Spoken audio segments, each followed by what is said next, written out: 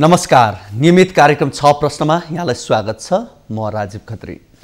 दर्शकवृन्द, कोरोनाको महामारीको दोस्रो लहर यति बेला युरोप एसियाका धेरै देशमा फैलिरहँदा भारतमा पनि संक्रमण दर बढ्दै गएको छ। खुल्ला सीमा नाकाका कारण पनि नेपाल भारतमा कोरोना संक्रमितको दर बढ्दै जाँदा उत्तिकै जोखिम नेपालमा पनि बढ्दै गएको देखिन्छ। तर यसतर्फ देखाइएका सचेतता आम नागरिक त्यस्तै गरी राज्यले देखाएको सचेतता भने अलिक कम नै छ। किनपनि भने पछिल्लो समय हेर्ने भने युरोप लगायत अमेरिकी र ब्राजिलमा दोस्रो तेस्रो लहर सुरु हुँदा पहिलो लहर भन्दा दोस्रो तेस्रो लहर अझ भयावह अवस्था बन्दै गएको हामी देख्न सक्छौं। त्यसैले नेपालमा पनि दोस्रो लहर बढ्दै गएमा दोस्रो लहर अझ पहिलाको भन्दा बढी क्षति पुर्याउन सक्ने अवस्थामा पुग्न नसक्ला भनेर भन्न सकिने अवस्था छैन। त्यसैले पनि सचेतता अपनाउन जरुरी छ। आज हामी यसै सेरोफेरोमा रहेर कुराकानी गर्दैछौँ। हामीसँग हुनुहुन्छ जनस्वास्थ्यविद प्राध्यापक डाक्टर सुजन मरठा। डाक्टर मरठा, यहाँलाई स्वागत छ। धन्यवाद। आराम हुनुहुन्छ? आराम छ। अहिले नेपालमा कोभिडको दोस्रो लहरको सम्भावनाको हिसाबले हामी कुन अवस्थामा छौँ अहिले? हामीले यसलाई कोभिडको जुन सङ्क्रमणको हामीले ऐतिहासिक विश्लेषण गर्ने हो भने जुन डिसेम्बर 2019मा जुन वुहानबाट सुरु भयो, हामी त्यो बेलादेखि नै हामी एकदम उच्च जोखिमको हामी अवस्थामा छौँ। किनभने हामी चाइनासँग बोर्डर भएको कन्ट्री, यो चाहिँ मेनली चाहिँ ट्राभलबाट चाहिँ यो रोग चाहिँ एक ठाउँबाट अर्को ठाउँमा चाहिँ सरिरहेको अवस्थामा हामी त्यो बेलादेखि नै हामी उच्च जोखिमको स्थितिमा थियौँ। र गत 1 वर्षको हामीले स्थितिलाई विश्लेषण गर्दा हामी कोभिडको जोखिममा हामी निरन्तर रहिरहेका छौँ। तर अब अहिलेको तपाईँको अवस्थालाई विश्लेषण गर्दा जब हामीले कोभिडका विरुद्ध भ्याक्सिन उत्पादन हुन थाले, त्यस्तै गरेर विश्वमा चाहिँ कोभिडको विरुद्ध सचेतना जुन अभिवृद्धि भएर एउटा जुन प्रोटेक्सन, एउटा जुन जनस्वास्थ्य जुन प्रोटेक्सनको मापदण्डहरू हामीले अवलम्बन गर्न थाल्यौँ, त्यसपछि यो भाइरसले पनि आफ्नो किसिमको गतिविधिलाई निरन्तर रूपमा अगाडि बढाइरहेको स्थिति देखिन्छ। र यही चरणमा हामीले 2020को डिसेम्बरदेखिको अवस्थालाई हेर्ने भने नयाँ भेरिएन्टहरू चाहिँ विश्वमा चाहिँ यो जुन यही भाइरसले चाहिँ आफ्नो गतिविधि बढाएर यसले चाहिँ एउटा रेजिस्टेन्स बिल्ड गरेर हामी चाहिँ के अरे मेडिकल भाषामा म्युटेसन भएर भन्छौँ, म्युटेसन भएर नयाँ प्रजातिहरू यसले चाहिँ विकास गर्यो। र यो प्रजातिको कुरा गर्दा जुन यो 2020 डिसेम्बरको एउटा चाहिँ जुन दक्षिण अफ्रिकामा देखियो, त्यसै गरी 2020 डिसेम्बरमा आएर युकेमा देखियो, र हालै तपाईँले यो चाहिँ जनवरी 2021मा आएर चाहिँ जापानमा चाहिँ तपाईँको चाहिँ ट्राभलर जो ब्राजिल जानुभयो, उहाँ यो 3टा अहिले चाहिँ विश्वमा 3टा प्रमुख यो जुन भेरिएन्ट भन्छौँ, 3टा भेरिएन्टको अहिले सङ्क्रमणको एकदम हामी चपेटामा छौँ। र हजुर, जसरी यहाँले अहिले यो प्रजातिको कुरा गर्दै गर्दा बेलायतको प्रजाति त त्यस्तै गरी दक्षिण अफ्रिका र ब्राजिलका घातक यसलाई चाहिँ बढी अफ्रिका र ब्राजिलको लागि चाहिँ बढी घातक मानिएको छ बेलायतको तुलनामा। अन्य ठाउँमा पनि प्रजातिहरू विकसित भएका हुन सक्लान्। अब नेपालमै पनि हुन सक्ला या भारतमा पनि हुन सक्ला, यसका अनुसन्धान त थप हुन बाँकी होलान्। तर यसरी यसका प्रजातिहरू विकसित हुनु अन्य विगतमा भएका महामारीहरूलाई पनि रिफरेन्स लिने हो भने यो कति घातक हुन्छन् या त्यसलाई स्वाभाविक रूपमा हामी लिन सक्छौँ? होइन, यो चाहिँ कस्तो हुन्छ भने अघि पनि मैले भने यो भाइरसले आफ्नो गतिविधिलाई चाहिँ निरन्तर अगाडि बढाइरहेको छ र हामीले पनि निरन्तर रूपमा यसको नियन्त्रणका प्रयासहरू गरेका छौँ। एकातर्फ हामीले जनस्वास्थ्य पद्धतिबाट, त्यसैपछि सँगसँगै हामीले चाहिँ भ्याक्सिनद्वारा चाहिँ हामीले यसलाई चाहिँ नियन्त्रण गर्ने हामीले एउटा जुन पद्धतिमा हामी छौँ। र यो गर्ने क्रममा भाइरसले स्वतः आफ्नो किसिमको आफ्नो गतिविधि देखाइरहेको स्थिति छ। र यसर्थ पनि अघि मैले भने यो 3टा जुन भेरिएन्ट भनेका प्रतिनिधि पात्र हुन्। कतिपय भेरिएन्ट्सहरू हामीले अझै पनि अध्ययन अनुसन्धान गर्न बाँकी छ। यसर्थ पनि हामी के भन्छौँ भने हामीले निरन्तर रूपमा यो भाइरसको जिनोमिक सिक्वेन्सिङ गर्ने भन्छौँ। भाइरसको यसको जिनको हाम्रो चाहिँ निरन्तर अध्ययन गर्दै जानुपर्छ, ताकि हाम्रो देशमा अथवा कुनै खास जियोग्राफीमा कुन भेरिएन्ट छ त भन्ने हामीले आङ्कलन गर्न सक्यो भने त्यही किसिमले हामीले त्यसलाई चाहिँ त्यसको नियन्त्रणको लागि भ्याक्सिनदेखि अरू किसिमका हामीले चाहिँ नियन्त्रणका पद्धतिहरू अपनाउन सक्छौँ। यसर्थ पनि तपाईँले अहिले जुन भन्नुभयो भने अहिलेको भेरिएन्टको हामीले सङ्क्रमण दर र मृत्युको दरलाई अहिले हेर्ने हो भने अगाडिको भन्दा अझै पनि भयावह देखिन्छ। र अहिले जुन किसिमले सङ्क्रमण दर जुन किसिमको नयाँ केसहरू देखिहाल्छ, त्योभन्दा त्यो तुलनामा मृत्यु दर पनि बढी नै देखिएको स्थिति देखिन्छ अहिले। जस्तो तपाईँले अहिले उसमा ब्राजिलमा हेर्नुभयो भने मृत्यु लगभग हिजोको तपाईँको डेटाहरूमा लगभग 3000 मान्छेको मृत्यु भइसकेको देखिन्छ। तर दक्षिण एसियामा हेर्नु भने जस्तो अहिले भारतकै कुरा गर्ने हो भने पछिल्लो समयको मृत्युदर 0.6% मात्रै भनेर भनिएको छ। फेरि यसो छ, अहिले भारतमा लगभग हिजोको तपाईँले आँकडा हेर्नु भने लगभग 1,20,000 जति हाराहारीमा केस देखिएको छ र लगभग 600 को हाराहारीमा मृत्यु रिपोर्टिङ भएको छ। यो त भर्खर यो सुरुवाती चरणमा छ। तपाईँले जुन यो दक्षिण एसियामा भन्नुभयो भने जस्तो दक्षिण एसियामा भारत त्यसै गरेर पाकिस्तान बङ्गलादेशमा अहिले केसको लोड रिलेटिभली बढी देखिरहेछ होइन, त्यसमा पनि भारतमा बढी देखिन्छ। तर यो अहिले सुरुवातीको चरणमा छ। तर तपाईँले उतापट्टि साउथ अमेरिकन ब्राजिलको कन्टेक्स्ट हेर्नुभयो, मेक्सिकोमा हेर्नुभयो, इभन अहिले युरोपियन कन्ट्रीमा हेर्नुभयो भने अहिले केसको जुन नयाँ केसको सङ्ख्यालाई हेर्ने हो भने मृत्यु अझै पनि पहिलाको भन्दा पनि बढ्दै जान्छ कि भन्ने किसिमको अहिलेको ट्रेन्ड देखिन्छ। र यसले के जनाइरहेछ भने हामी अहिले नयाँ भेरिएन्टको कारणले हामी अहिले विश्व उच्च जोखिमको अवस्थामा गएका छौँ र हाम्रो देशको परिवेश हुन त हाम्रो देशको हिजोको रिपोर्टिङ हेर्नु पनि लगभग 200 को हाराहारीमा केस रिपोर्ट भएको छ, डेथ छ। तर पनि अब यो चाहिँ के छ भने यो सुरुवाती चरणमा छ। हामीले के बुझ्नुपर्छ भने अहिले नै हामीले जनस्वास्थ्य पद्धति अथवा सावधानीका उपायहरू जुन हामीले अगाडि 1.5 वर्षदेखि जुन सिकेका छौँ कोरोना विरुद्ध गर्नुपर्ने हाम्रा यसका चाहिँ गर्नुपर्ने नियन्त्रणका जुन हामीले उपायहरू जुन सिकेका छौँ र जुनबाट हामीले एउटा लेसन लर्न गरेका छौँ त्यसलाई निरन्तरता नदिने हो भने हामी जोखिमको हामी अझै भएको स्थितिमा हामी जान सक्ने अहिलेको स्थिति देख्छु म। डाक्टर साहब, अब धेरैले आकलन के थियो भने धेरैको आकलन चाहिँ जब चिसो मौसम सुरु हुन्छ नेपालमा तब कोरोनाको दोस्रो लहर चाहिँ सुरु हुन्छ भनिएको थियो। तर त्यो अवस्था पनि रहेन। हेर्ने हो भने गएको वर्ष जुन समयमा नेपालमा सङ्क्रमणको दर बढेको थियो, जुन ग्राफ बढेको देखिन्थ्यो, त्यही समयमा अहिले दोस्रो लहर पनि बढ्ने हो कि भन्ने अवस्था मात्रै देखिएको छ। यसरी हेर्दा जुन किसिमले अध्ययन अनुसन्धान हुन्छन् या भनिन्छ यो समयमा चाहिँ बढ्ला या जाडो महिनामा चाहिँ बढ्ला भनेको, त्यसमा चाहिँ फरक आयो? यसको अर्थ यसलाई कसरी लिने? यस्तो छ, हामीले सामान्य भाषामा बुझ्दा के छ भने जब तपाईँको यो विन्टर सिजन हुन्छ त्यसपछि भाइरसहरू एक्टिभ हुन्छन्, भाइरसको गतिविधि अलिकति बढी हुन्छ। र यसर्थ पनि हामीले के आङ्कलन गरेका थियौँ भने जब जाडो मौसमसँगै भाइरसको गतिविधिहरू पनि बढ्ने र भाइरसको लागि उसलाई चाहिने वातावरण चाहिँ अनुकूल हुने हुँदा यसको प्रकोप बढ्छ भन्ने एउटा हाम्रो सामान्य आङ्कलन हो। त्यसलाई एकदम धेरै ठुलो विषयको रूपमा लिनुपर्ने जरुरी छैन। तर यो भाइरस चाहिँ कस्तो देख्यो भने यसले निरन्तर आफ्नो गतिविधि बढाइरहेको छ र हामीले मानवीय रूपमा हामीले यसलाई नियन्त्रणका हामीले उपायहरू जुन अवलम्बन गर्दैछौँ र भ्याक्सिन पनि हामीले ल्यायौँ। यसले गर्दा यसलाई प्रेसर परिरहेछ। यसले चाहिँ आफ्नो किसिमले उसले पनि आफ्नो रेजिस्ट गर्दै उसले पनि आफ्नो गतिविधि बढाइरहेको स्थिति छ। यसर्थ पनि यो कारणले अब यो कुनै पनि ठाउँमा अब नयाँ भेरिएन्ट आउँछ, त्यो नयाँ भेरिएन्ट आएपछि त्यो अलि बढी सशक्त हुन्छ र त्यसले एक किसिमले आफ्नो सङ्क्रमण बढाउँछ। अब त्यो एकदमै त्यो वातावरणीय हिसाबमा अथवा चाहिँ हामी इभोल्युसनको थ्योरीबाट कुरा गर्दा त्यो एकदमै स्टेबल भयो भने त्यसले आफ्नो गतिविधि बढाउँछ। कतिपय पक्षमा त्यो आफै हराएर जाने पनि स्थिति आउँछ। यो चाहिँ एउटा निरन्तरता भइरहन्छ। तर अब यो हामीले खालि मौसमलाई मात्रै एउटा मौसम हामीले एउटा आधार मानेका थियौँ। तर व्यवहार त अहिले तपाईँले भने जस्तो खासै मौसमले यसलाई खासै असर परेको चाहिँ हामीले देखेनौँ। अब मौसमले पनि असर पारेन, हाम्रा आनी बानी व्यवहारले पनि खासै फरक पारेन। हामी जुन किसिमको जनचेतना हामीमा छ, मास्क लगाएर हिँड्नुपर्ने भनियो या हामीलाई जुन विधिहरू अरू भनियो त्यसमा पनि कमी हुँदै आयो। हिजोको दिनमा सभा सम्मेलन केही गर्न पनि छोडेनौँ। तर पनि सङ्क्रमण दर चाहिँ बिचमा घट्यो नि।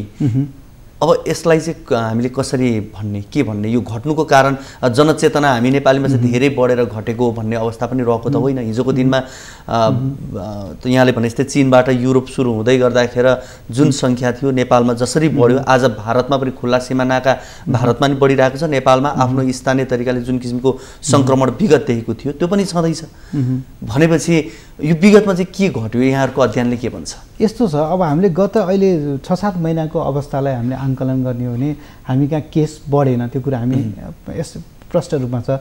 यो केस नबढ्नुमा एउटा हाम्रो आधारभूत कारण भनेको हामीले जुन किसिमले एउटा किसिमको जनचेतना जुन तल्लो स्तरमा जनचेतनाका जुन कार्यक्रमहरू लग्यौँ त्यसले पनि कुनै हदमा त्यसले पनि महत्त्वपूर्ण भूमिका खेलेको छ। यद्यपि अब यो भाइरसको गतिविधि चाहिँ हामीलाई अलिकता आङ्कलन गर्न गाह्रो छ। जस्तो अब हामी कहाँ भाइरसको सङ्क्रमण जस्तो जब इन्डियामा होइन गत हामीले चाहिँ अघिल्लो पल्टको स्थितिलाई हेर्दा इन्डियामा जब सङ्क्रमण बढ्यो त्यसपछि हाम्रो इन्डियन दाजुभाइ इन्डियाबाट दाजुभाइ दिदीबहिनीहरू नेपाल आउनुभयो त्यसबाट हत्तै सङ्क्रमण बढ्यो र यसले एउटा त्यो सङ्क्रमण बढेपछि एउटा पपुलेसनले पनि आफ्नो किसिमको यसको एउटा रेजिस्टेन्स बिल्ड भएको हुनसक्छ होइन हामीले हर्ड इम्युनिटीको कुरा गर्छौँ हामीसँग पहिला पनि यो यस्ता भाइरसहरू हामीले खेपेका थियौँ कि हामीसँग त्यसका कुनै अध्ययन अन्वेषणहरू छैनन् ती कारणहरूले पनि हामीलाई चाहिँ थप यसले जटिलता ननिम्त्याएको हुनसक्छ तर अब त्यो भन्दैमा अब एक किसिमले अर्को पक्षमा हेर्ने हो भने जुन अहिले अन्तर्राष्ट्रिय रूपमा हाम्रा मोबिलिटीहरू त्यति पहिलाभन्दा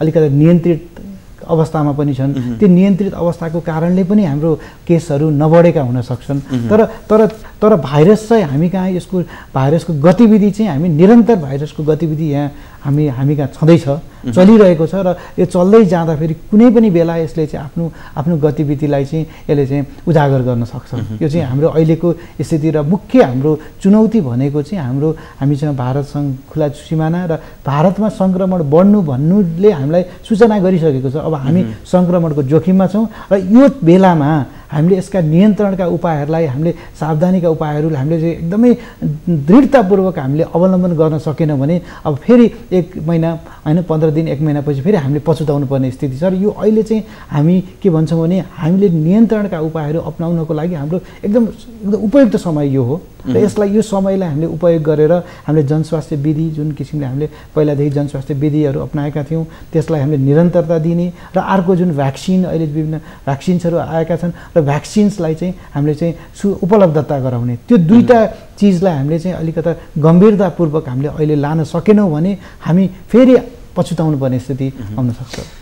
अहिले यहाँले जसरी हाम्रा सामाजिक अवस्था जुन किसिममा मानिसहरूको निर्धक्कपन अनि जुन किसिमका क्रियाकलापहरू यहाँले देख्नुहुन्छ नि त्यो अवस्थालाई हेर्ने हो भने हामी जोखिमको कस्तो अवस्थामा छौँ कुन अवस्थामा छौँ? होइन हामी जोखिमको मैले अघि पनि भने तपाईँलाई हाम्रो जोखिमको हामी एकदमै उच्च एकदम हाम्रा क्रियाकलापले हो हाम्रा क्रियाकलापले हामी जोखिमको हामी एउटा उच्च अवस्थामा छौँ यसर्थ पनि हामी जोखिमको उच्च अवस्थामा छौँ भनेर हामीले यसलाई भनिरहेर पनि त्यसको अर्थ रहँदैन र हामीले अहिले के गर्नु पर्यो भने हामीले अहिले गर्नुपर्ने गतिविधि के त होइन मुख्य कुरा म एउटा चाहिँ जनस्वास्थ्य विज्ञको हिसाबमा अहिले हामीले यो जोखिमबाट बच्नको लागि होइन अब चाल्नुपर्ने जुन हाम्रा गतिविधिहरू के हुन् भन्ने कुरामा हाम्रो पहिलो सोच हुनुपर्छ र त्यस गतिविधि के हुन् भनेर हामीले भन्दा पहिलो हाम्रो के कुरामा अन्वेषण हुनुपर्छ भने अघि पनि तपाईँलाई भने यसको हामीसँग अहिले जुन कस्ता किसिमका भेरिएन्टहरू हाम्रो देशमा सर्कुलेट भइरहेका छन् हामी जिनोमिक सर्भिलेन्स भन्छौँ होइन त्यसबाट हामीले अध्ययन गर्नु पर्यो हामी कहाँ भएका भेरिएन्ट्सको कुन भेरिएन्ट्सहरू हामी कहाँ अहिले छन् र त्यसको चाहिँ हामी जिनोमिक सर्भिलेन्स गरेर हाम्रो अवस्था पहिचान गर्नको लागि अब अहिले हामीले प्रविधिको प्रयोगबाट अहिलेको हाम्रो एउटा चाहिँ हाम्रो चुनौती र हामीले गर्नुपर्ने काम त्यो भयो र दोस्रो हामीले के हेर्नुपर्छ भने हामीले अहिले भ्याक्सिन्सहरू ल्याएका छौँ होइन भ्याक्सिन दिएका छौँ हामीले एकदम हाई रिस्क एकदमै मानिसहरूमा भ्याक्सिन दियौँ स्वास्थ्य कर्मीहरूलाई भ्याक्सिन दियौँ अब भ्याक्सिन दिएपछिका हाम्रा रूपरेखा के भयो त यसको कति इफेक्टिभनेस भयो यसले कति हामीले उत्पादक भयो भन्ने कुराको हामीले दोस्रो पाटोलाई नि हामीले सँगै हेर्दै जानुपर्ने हुन्छ र अब तेस्रो पक्ष भनेको हाम्रो स्वास्थ्य हेल्थ सिस्टमले अब किनभने जब केस बढ्दै जान्छ केस बढ्दै गएपछि अस्पतालले थ्याक्न नसक्ने स्थिति आउँछ यसको लागि अस्पतालका पूर्व तयारीका कुराहरू हैन त्यस्तै गरेर चाहिँ टेस्ट हामीले जुन टेस्टको लागि हाम्रो तयारीका अवस्था त्यस्तै गरेर स्वास्थ्य कर्मीलाई चाहिने इक्विपमेन्ट हामी अघिल्लो हाम्रो महामारीको चरणमा हामीले एकदमै धेरै भोग्यौँ स्वास्थ्य कर्मीहरूले तपाईँको इक्विपमेन्ट्सहरू हैन पर्सनल प्रोटेक्टिभ इक्विपमेन्ट्सहरू प्राप्त गर्छौँ त्यसको बन्दोबस्त हैन त्यसको लजिस्टिक व्यवस्थापनका पक्षहरू र त्यस्तै गरेर चाहिँ हामीले स्वास्थ्य जुन अहिले मैले भने हेल्थ सिस्टमलाई हामी जुन को निगरानी जस्तो हामी अहिले सर्भिलेन्सका कुराहरू गर्छौँ कहाँ कति रोगहरू कहाँ कति केसेसहरू देखियो त्यो चाहिँ हामीले समयमै त्यसको सूचना सङ्कलन गरेर हामी कस्तो अवस्थामा छौँ भनेर भन्नको लागि हाम्रो अहिले भएका जुन पब्लिक हेल्थ सर्भिलेन्स सिस्टमलाई हामीले स्ट्रङ गर्ने र सँगसँगै हामीले जुन जनस्वास्थ्यका मापदण्डहरूलाई चाहिँ निरन्तर रूपमा अगाडि बढाउँदै जाने यी पक्षहरूलाई चाहिँ हामीले अहिले दृढतापूर्वक अगाडि बढाएनौँ र यी पक्षमा हामीले ध्यान दिएनौँ र यसलाई चाहिँ हामीले चाहिँ गम्भीरतापूर्वक यो कुरालाई लिएनौँ भने हामी जब यसमा हामी सङ्क्रमण बढ्दै जान सक्छ र त्यसपछि फेरि हामी लकडाउनका कुराहरू गर्न थाल्छौँ, त्यसपछि हामी तयारी गर्न सकेनौँ, हामीलाई लकडाउन गर्नुपर्ने स्थिति आउन सक्छ। यसले गर्दा हुने भोलि सामाजिक आर्थिक होइन पक्षमा हुने हानि नोक्सानी भयावह हुनसक्छ।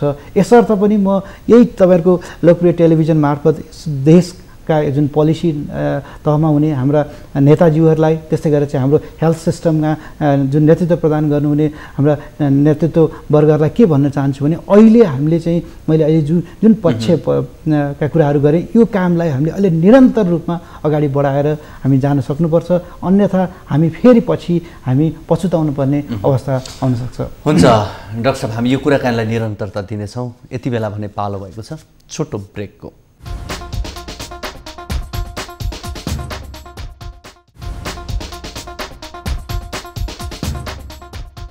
दर्शकवृन्द, आज हामी स्वास्थ्यका सन्दर्भमा कुराकानी गरिरहेका छौँ। यसमा पनि हामी कोरोनाका सन्दर्भमा रहेर कुराकानी गरिरहेका छौँ। हामीसँग हुनुहुन्छ जनस्वास्थ्यविद डाक्टर सुजन मरठा हुनुहुन्छ। उहाँसँग हामी नेपालको पछिल्लो कोरोनाको दोस्रो लहर फैलन सक्ने सम्भावनाका सन्दर्भमा रहेर कुराकानी गरिरहेका छौँ। डाक्टर साहब, अब हामी थोरै खोपको सन्दर्भमा प्रवेश गरौँ। विशेष गरी हामीले सरसर्ती हेर्ने हो भने पछिल्लो समय विश्वभरि नै खोप एउटा राष्ट्रवादको रूपमा विकसित बनिरहेको छ भने एउटा प्रतिष्ठाको विषय पनि बनिरहेको छ र नेपालले पनि सोचेभन्दा चाँडो नै खोप पाएको हो। अब यसमा के राष्ट्रियताको कुरा, भारतको छिमेकी राष्ट्र उसले भारतले नेपालप्रति देखाएको एउटा सद्भावको कुरा पनि जोडिएला। तर यति हुँदै गर्दा हामीले जति खोप प्राप्त गऱ्यौँ त्यो खोपलाई कसरी हामीले सही ढङ्गले व्यवस्थापन गर्न सक्यौँ सकेनौँ, यसलाई समग्रमा यहाँले कसरी हेर्नुभएको छ? तपाईँले जायज भन्नुभयो, किनभने हामीले जुन समयमा खोप ल्यायौँ नि त्यो बेलाको स्थितिलाई आङ्कलन गर्ने भने हामी कहाँ त्यति बेला खोप आउँछ भनेर हामीले त्यति आशावादी भएको स्थिति थिएन। यसमा चाहिँ यसलाई चाहिँ हामीले चाहिँ अलिकता यसलाई चाहिँ हामीले चाहिँ जुन नेतृत्व निकाय जसले चाहिँ यो खोप जुन देशमा ल्याउन प्रयास गर्नुभयो यसको लागि चाहिँ हामीले धन्यवाद दिनुपर्ने स्थिति छ। र अब खोप, अब अघि पनि मैले भने यो कोभिड-19 यो जुन कोरोना इन्फेक्सनको लागि खोप हाम्रो लागि एउटा सबैभन्दा प्रमुख र एउटा चाहिँ एकदमै हामीले अपेक्षा गरेको एउटा चाहिँ नियन्त्रणको विधि हो। त्यसलाई हामीले गत 1 वर्षदेखि नै खोप भन्दै हामीले चाहिँ त्यसलाई चाहिँ भनिरहेको अवस्था थियो र हामी कहाँ खोप आयो होइन, खोप आएको कुरालाई हामीले एकदमै सहर्ष स्वीकार्नुपर्छ। तर जुन मात्रामा खोप हामीले अपेक्षा गरेका छौँ र गरेका थियौँ त्यो किसिमको खोपको उपलब्धता नभएको कुरा हामी सबैले बुझेका छौँ र हामीले चाहिँ खोपलाई जुन हामी इक्विटेबल डिस्ट्रिब्युसन हुनुपर्छ भन्ने कुराहरू भनिरहेका छौँ र त्यो किसिमले खोपको जुन डिमान्ड र सप्लाईमा चाहिँ अझै पनि हामीले यसमा ग्याप देख्छौँ। अहिले यसलाई चाहिँ हामीले परिपूर्ति गर्नुपर्ने अवस्था देखिन्छ। र यसमा एकातर्फ हामीले जस्तो भारतबाट चाहिँ जुन हाम्रो जुन मैत्रीपूर्ण तरिकाले भारतबाट चाहिँ हामीले चाहिँ खोप होइन पहिलो 10 लाख डोज प्राप्त गऱ्यौँ र त्यसले मात्रै पनि हामीलाई यसको हाम्रो समस्या समाधान गर्ने कुरा भएन। त्यससँगै हामी गाभी जुन WHO ले चाहिँ एउटा जुन अल्पविकसित राष्ट्रहरूको लागि भनेर चाहिँ खोपको एउटा सुनिश्चितता गर्ने एउटा ऊ छ होइन, एउटा उपलब्धता गर्ने एउटा व्यवस्था छ। त्यस मार्फत पनि हामीले थप खोपको हामीले अपेक्षा गरेका थियौँ, तर ती खोपहरू अझै आएनन्। अब विशेष गरी WHO कै पछिल्लो समय उसले निकालेका विज्ञप्तिहरूलाई हेर्ने हो भने पनि उसले धनी राष्ट्रहरूमा बढी केन्द्रित भयो खोप भनेर उसले पनि आपत्ति जनाइरहेको अवस्था देखिन्छ। यसरी हेर्दा अहिले नेपालमा खोपको जुन तरिकाले आउनुपर्ने थियो पछिल्लोचोटि आएन भन्दै गर्दाखेरि हामीले ल्याउन नसकेको हाम्रो कारण हो या अहिले नेपालको पनि बाध्यात्मक अवस्था नै हो ल्याउन नसक्नुमा? अब यसमा कस्तो छ भने उपलब्धता र यसको चाहिँ आवश्यकताको प्रश्न छ। यसमा हामी आवश्यक अहिले विश्वभरि नै खोप आवश्यक वस्तुको रूपमा रहेको छ र त्यसको सँगै आवश्यकता अनुसारको उपलब्धता नभएको कुरा पनि हामीले दृष्टिगत गरेका छौँ। यसर्थ पनि यसमा चाहिँ जति हामी राज्य अझै पनि चनाखो हुनुपर्छ। हामीले सकेसम्म हामीले ठिक छ विश्व स्वास्थ्य सङ्गठनबाट प्राप्त हुने खोपलाई हामीको उपलब्धताको लागि हामीले निरन्तर रूपमा हामी लडिरहनु पर्ने स्थिति एकपक्षमा छ भने हाम्रो आवश्यकतालाई हिसाब गरेर हामीले यसको प्रोक्योरमेन्टका जुन उपायहरू पनि हामीले विधिहरू पनि अवलम्बन गर्नुपर्छ। र हामीले के बुझ्नु पर्यो भने हामी जुन जुन आवश्यक जुन हाम्रो गरिबी रेखामुनि रहनुभएका हाम्रो दाजुभाइ दिदीबहिनीहरू छन् जसलाई खोप अत्यावश्यक छ उहाँहरूको उपलब्धतालाई चाहिँ हामीले विशेष ध्यान दिनु पर्यो। हामीले जस्तो पहिलो चरणमा हामीले स्वास्थ्य कर्मी लगायत जुन अगाडि जुन फ्रन्टलाइन वर्कर भन्यौँ उहाँहरूको आवश्यकतालाई चाहिँ हामीले मध्यनजर गरेर उहाँहरूलाई उपलब्ध गरायौँ। त्यो वास्तवमा सैद्धान्तिक हिसाबमा त्यो एउटा सैद्धान्तिक विशिष्टतामै पर्छ। तर यहाँलाई मैले अघि जस्तो व्यवस्थापनको कुरा मैले कहाँ पनि जोड्न खोजेँ भने भारतबाट आएको 10 लाख डोज खोप र त्यसपछि अन्य फेरि 10 लाख डोजका लागि पनि प्रयास गरिएको थियो। त्यो पछिल्लो भारतले रोकिएको छ, त्यो एउटा अवस्था रह्यो। जस्तो चीनबाट भेरोसेल भ्याक्सिन पनि नेपाल आएको छ। अब एउटा कम्पनीको भ्याक्सिन अर्को कम्पनी जुन नेपालले पहिला लगाइसकेका छन् अब अहिले चीनको कम्पनीको भ्याक्सिन दिन मिल्ने भनेर त भनिएको छैन। अब यो एउटा अध्ययनकै विषय बनेको छ यो पनि। तर यति हुँदै गर्दाखेरि जति मात्रामा डोज थियो त्यसलाई डोज पुरा गर्ने हिसाबले दिन सकिएन। आज खोप लगाएको यतिका दिन पछाडि अर्को डोज पाउन सकेको अवस्था छैन कि त जति मान्छेलाई दिएको थियो त्यसलाई चाहिँ कम्प्लिट गरेको थियो भने पनि त्यो डोजले पनि काम गर्थ्यो होला, नत्र त बालुवामा पानी खनाए जस्तै हुने हो कि भन्ने त्यो पनि आशंका भएको कारण पनि यहाँलाई यो जिज्ञासा यस्तो छ। हामीले जुन पहिलो हामीले जुन सेरम कम्पनीबाट जुन बेलायतको अक्सफोर्ड भ्याक्सिन एस्ट्राजेनिका भ्याक्सिन ल्यायौँ जुन भारतबाट चाहिँ 10 लाख डोज ल्यायौँ त्यो पहिलो चरणमा हामीले चाहिँ हैन उच्च जोखिमको हाम्रो व्यक्तिहरूलाई चाहिँ हामीले त्यसको चाहिँ भ्याक्सिन दियौँ र त्यो सँगै जस्तो हामी 8 देखि 12 हप्ताको जुन ग्यापमा हामीले दोस्रो डोज लगाउने जुन हाम्रो त्यसको चाहिँ अहिलेको चाहिँ हाम्रो प्रावधान छ त्यही अनुसार अब हामी त्यो अगाडि डोज जुन जसले चाहिँ अगाडि एस्ट्राजेनिका भ्याक्सिन जसले लगाउनु भयो उहाँहरूको लागि उपलब्धता छ। किनभने अब अहिले तपाईँले हेर्नु भने स्वास्थ्य मन्त्रालयले अब वैशाखको 7 गतेदेखि त्यो जुन पहिलो चरणका खोप लगाउनु भएकाहरूलाई त्यो जुन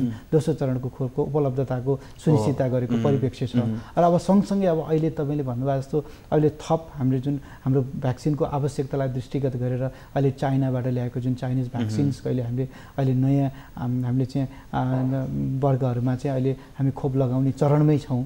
र यसले के निर्देशित हामी कसरी निर्देशित हुनुपर्छ भने यसलाई हामीले निरन्तरता दिनुपर्छ। हामीले अझै हाम्रो खोपको आवश्यकता हामीले चाहिँ हाम्रो र जुन आपूर्तिमा हाम्रो चाहिँ ब्यालेन्स भएको स्थिति छैन र यसलाई कसरी राज्यले सुनिश्चितता गर्ने हो हामी भ्याक्सिन डिप्लोमेसीको कुरा गर्छौँ। हामीले कहाँ कसरी यसलाई चाहिँ ल्याउनको लागि चाहिँ हामीले के कस्ता किसिमका अन्तर्राष्ट्रिय पहल र प्रयासहरू गर्नुपर्छ त्यसमा हामी एकदमै चनाखो भएर हामीले चाहिँ लाग्नुपर्ने देखिन्छ।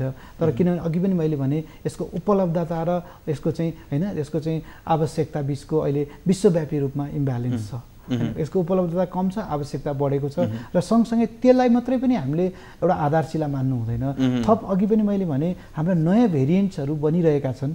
ती नयाँ भेरिएन्ट्सहरूलाई हाम्रो अहिले भइरहेका भ्याक्सिन्सहरूले कतिको इफेक्टिभली तिनीहरूलाई प्रोटेक्सन गर्छ भन्ने पनि हामीसँग प्रश्नहरू छन्। ती प्रश्नहरूलाई पनि हामीले चाहिँ उत्तर खोज्दै जानुपर्ने देखिन्छ। खालि हामीले भ्याक्सिनलाई मात्रै को सुनिश्चिततामा मात्रै एकोरो रूपमा हामीले दृष्टिगत गरेर मात्रै पनि हुँदैन।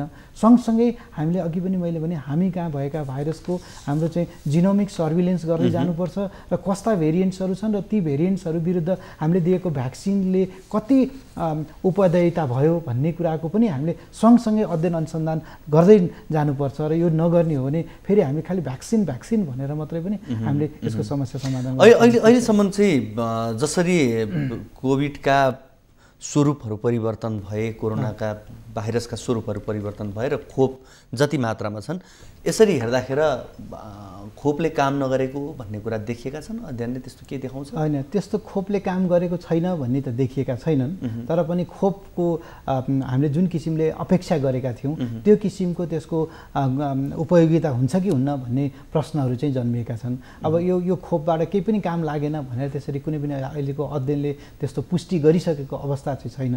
तर हामी के बुझ्छौँ भने यो जुन हामीले त्यो बेलाको अध्ययन अनुसन्धान र त्यो बेलाको जिनोमको हैन जुन भाइरसको भेरिएन्ट्सहरूलाई आधार मानेर हामीले त्यसको विरुद्धमा खोप बनाएका हौँ। यो सधैँ यो अहिले बनाएको खोपले सधैँ काम गर्छ भन्ने हामीलाई कुनै आधारशिला छैन। यसर्थ पनि हामीले समयमा यसको अघि पनि मैले भने हामी कहाँ कस्ता किसिमका भाइरसहरू अहिले सर्कुलेट भइरहेछन् भन्ने कुरा हामीले निरन्तर रूपमा हामीले निगरानी गरिरहनु पर्ने हुन्छ। र सँगसँगै हामीले दिएको भ्याक्सिनबाट हामीले लगाएको भ्याक्सिनले कति प्रोटेक्सन गर्न सक्यो भन्ने किसिमको हामीले चाहिँ त्यसलाई चाहिँ नाप्दै गर्नुपर्ने हुन्छ। यसर्थ यो दुवै कामलाई हामीले निरन्तर अगाडि बढाउँदै अघि पनि मैले मैले भने तेस्रो पक्ष भनेको जनस्वास्थ्य जुनका मापदण्डहरूलाई को निरन्तरता, यो नै अहिले विश्वव्यापी एउटा चाहिँ हाम्रो आधारशिला हो। र हामी के बुझ्नुपर्छ भने यो रोगले के कुरा, यो भाइरल डिजिजले के सिकाएको छ भने तपाईँ एक ठाउँमा प्रोटेक्सन हुँदैमा अर्को ठाउँमा प्रोटेक्सन हुन्छ भन्ने छैन। हामी सबै विश्व समुदाय नै हामी जोखिममा छौँ। यसर्थ पनि हामीले चाहिँ यसलाई चाहिँ अलिकता एउटा विश्वव्यापी रूपमा हामीले चाहिँ यसलाई चाहिँ ग्रहण गर्नुपर्ने स्थिति छ। कुनै एक ठाउँमा यो भाइरसको प्रकोप फैलियो भने तुरुन्तै अर्को ठाउँमा फैलिन सक्ने स्थिति देखिन्छ। हामी कोही पनि सुरक्षित छैनौँ। न त यसले कुनै बााउन्ड्री भनेको छ, न यसले कुनै एउटा जियोग्राफी भनेको छ, न यसले धनी र गरिबलाई छुट्याएको छ, न यसले जात लिङ्ग छुट्याएको छ। एउटा विश्वलाई यसले के पनि एक किसिमको तपाईँलाई एउटा शिक्षा दिइरहेको छ भने हामी मिलेर हामीले यसको विरुद्ध जुझ्नुपर्छ, लड्नुपर्छ र हामी सबै जोखिममा छौँ र हामीले सक्यौँ भने हामी सबैले यसलाई सुरक्षित बनाउन सक्छौँ। अब राज्यको तर्फबाट खोप ल्याउने प्रयास एक प्रकारले भइरहेका छन्, यो एउटा स्वागतयोग्य कुरा पनि छन्, ल्याएका छन्, त्यसलाई पनि स्वागत गर्नै पर्छ। तर यति हुँदै गर्दाखेरि अर्को एउटा पक्ष चाहिँ हिजो विगतमा जसरी स्वास्थ्य सामग्री खरिद प्रकरणमा एक किसिमको आशंका गरिएको थियो, आज पनि खोपको सन्दर्भमा कतै व्यापारीकरण त हुने होइन, निजी क्षेत्रलाई दिने प्रयासहरू त भित्रभित्रै भइरहेको छन् नि भन्ने एक प्रकारका गाङ्गुन कुराहरू सुनिन्छन्।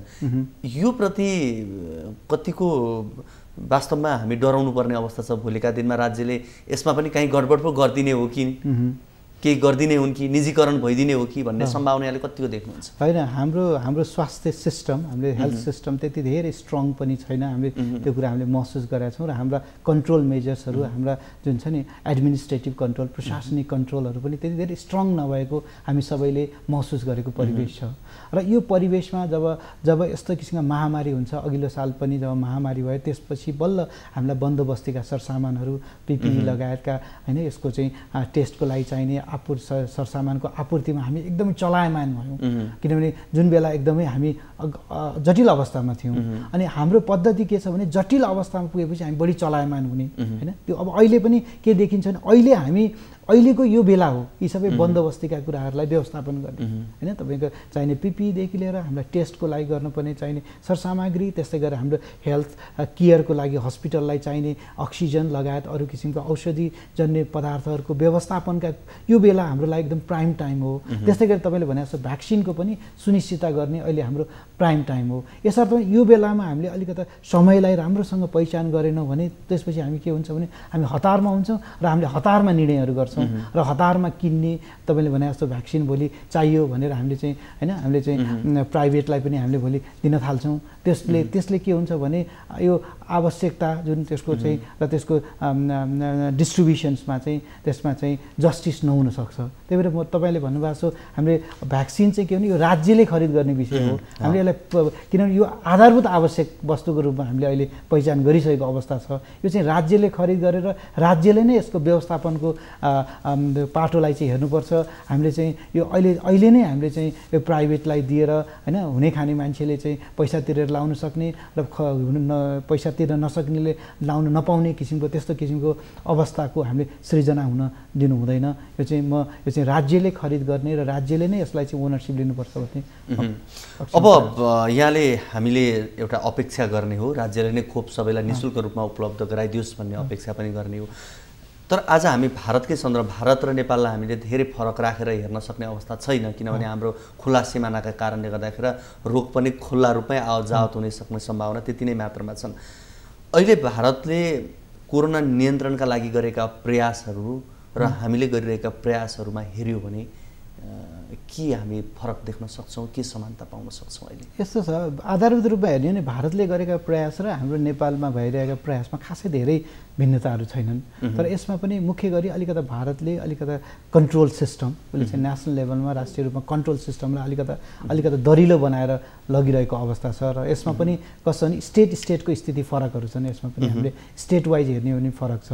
र सँगसँगै भारतले अब अहिले जुन भ्याक्सिनको उपलब्धतालाई पनि अलिकता बढी उसले चाहिँ प्राथमिक रूपमा राखेको छ र उसको आफ्नै देशमा भ्याक्सिन उत्पादन हुने हुँदा उसको उपलब्धतालाई अझै पनि उसले विस्तृतीकरण गरिसकेको स्थिति छ।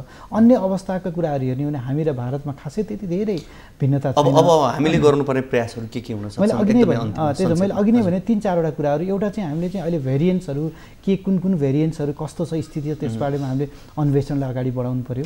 हामीले दिइरहेका भ्याक्सिनको कतिको इफेक्टिभ भइरहेका छन् त्यो पक्षलाई पनि हेर्नु पर्यो र सँगसँगै हामीले जनस्वास्थ्य मापदण्डहरू जुन हामीले चाहिँ ट्राभल रेस्ट्रिक्सनका कुराहरूदेखि लिएर हामीले व्यक्तिगत सुरक्षाका उपायहरू, मास्क लगाउने, हात धुने, होइन, सरसफाइ, त्यसै गरी सोसियल डिस्टेन्सिङ मेन्टेन गर्ने र त्यो सभा सम्मेलनहरू बन्द गर्ने, ती कुराहरूमा हामीले विशेष जोड दिनुपर्छ र सँगसँगै हाम्रो अस्पतालको तयारी, हामीलाई चाहिने पर्सनल प्रोटेक्टिभ इक्विपमेन्टदेखि लिएर अरू बन्दोबस्तीका सरसामानहरूको व्यवस्थापन र सँगसँगै एउटा जुन समाजमा एउटा जनचेतनालाई चाहिँ हामीले एकदमै दृढतापूर्वक अगाडि लानुपर्छ र राज्य तहमा, त्यसै व्यक्ति समाज तहमा र व्यक्ति तहमा हामीले अपनाउनु पर्ने जनस्वास्थ्य सावधानीलाई चाहिँ हामीले निरन्तरता दिनुपर्छ। यो चाहिँ निरन्तर रूपमा अगाडि बढिरहनुपर्छ। हस्, यहाँको यो महत्त्वपूर्ण समय र संवादको लागि यहाँलाई धेरै धेरै धन्यवाद। हस्, समय दिनुभयो, मेरो कुरा राख्नलाई यहाँलाई धन्यवाद दिन चाहन्छु। नमस्कार। हामीसँग हुनुहुन्थ्यो प्राध्यापक डाक्टर सुजन मरठा, जनस्वास्थ्यविद हुनुहुन्थ्यो। हामीले उहाँसँग यो कोभिडका सन्दर्भमा रहेर